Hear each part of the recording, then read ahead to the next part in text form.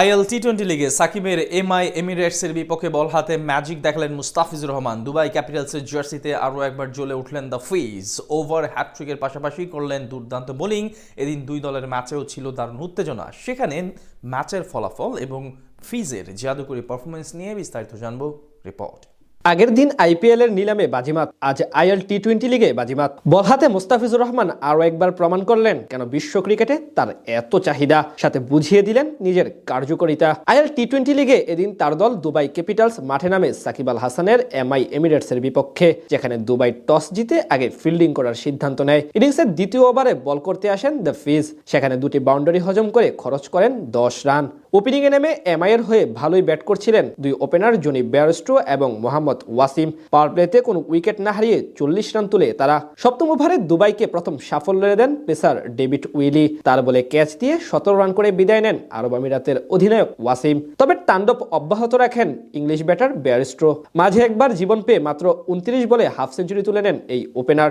মোহাম্মদ জায়দুল্লাহর বলে উইকেটের পেছনে ক্যাচ দিয়ে আউট হন নিকোলাস পুরান।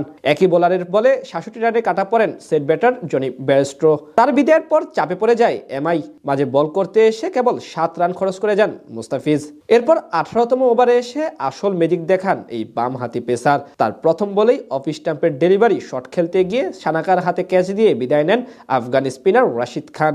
এক বল ব্যবধানে রোল অফ রিস্টে পরাস্ত করেন 5 রান করা ইংলিশ ব্যাটার টম বেন্টনকে। আর পঞ্চম বলে এম গাজানফারকে আউট করে ওভার হ্যাটট্রিক পূরণ করেন দ্য কাটার মাস্টার। আজ 4 ওভারে 34 রান দিয়ে 3 উইকেট তুলে নেন মুস্তাফিজুর রহমান। তার এমন দুর্দান্ত বোলিং এর সামনে মাত্র 137 রানে থেমে যায় সাকিবদের এমআই এমিরেটসের পুঁজি। জবাব দিতে নেমে দারুণ শুরু করেন দুবাই ক্যাপিটালসের দুই ওপেনার শায়ান জাহাঙ্গীর এবং লিউস ডিপ্লয়। একজন ধীরে সুস্থে এবং অন্যজন চালিয়ে খেলতে থাকেন এমআই বোলারদের বিপক্ষে। যদিও এদের জুটি বেশি দূর আগায়নি। স্লো খেলতে থাকা লিউস ডিপ্লয় বিদায় নেন মোহাম্মদ রহিদের শিকার বনে। তবে তাণ্ডব অব্যাহত রাখেন শায়ান জাহাঙ্গীর। তার সাথে যোগ দিয়ে ক্রিজে এসে আগ্রাসী মেজাজে ব্যাট চালাতে থাকেন জর্ডান কক্স। পাওয়ার প্লেতে 51 রান জমা পড়ে দুবাইয়ের স্কোরবোর্ডে। নবম ওভারে এসে প্রথম ব্যাটার হিসেবে রাশিদ খানের শিকার হন শায়ান জাহাঙ্গীর। 27 বলে 34 রান করে নিকোলাস পুরানের কাছে স্টাম্পিং এর ফাঁদে পড়ে আউট হন এই ব্যাটার। তবে আগ্রাসন অব্যাহত রাখেন জর্ডান কক্স। শেষ 10 ওভারে জয়ের জন্য দুবাই ক্যাপিটালসের দরকার ছিল 74 রান, হাতে ছিল 8 উইকেট। সেখান থেকে নতুন করে জুটি করেন রবমান পাওয়েল। তবে 10 বলে 11 রান করে ইম্প্যাক্ট প্লেয়ার হিসেবে ক্রিজে আসা পাওয়েল বিদায় নিলে ঘুরে যায় ম্যাচের মোড়। এদিন দাসুন সানাকা এবং জিমি নিশামও তেমন সুবিধা করতে পারেননি। আর 19তম ওভারে বল করতে আসা সেট ব্যাটার জর্ডান কক্স এবং মোহাম্মদ নাবিকে আউট করে এমআইয়ের জন্য ম্যাচ জয় নিশ্চিত করেন নাবিনুল হক।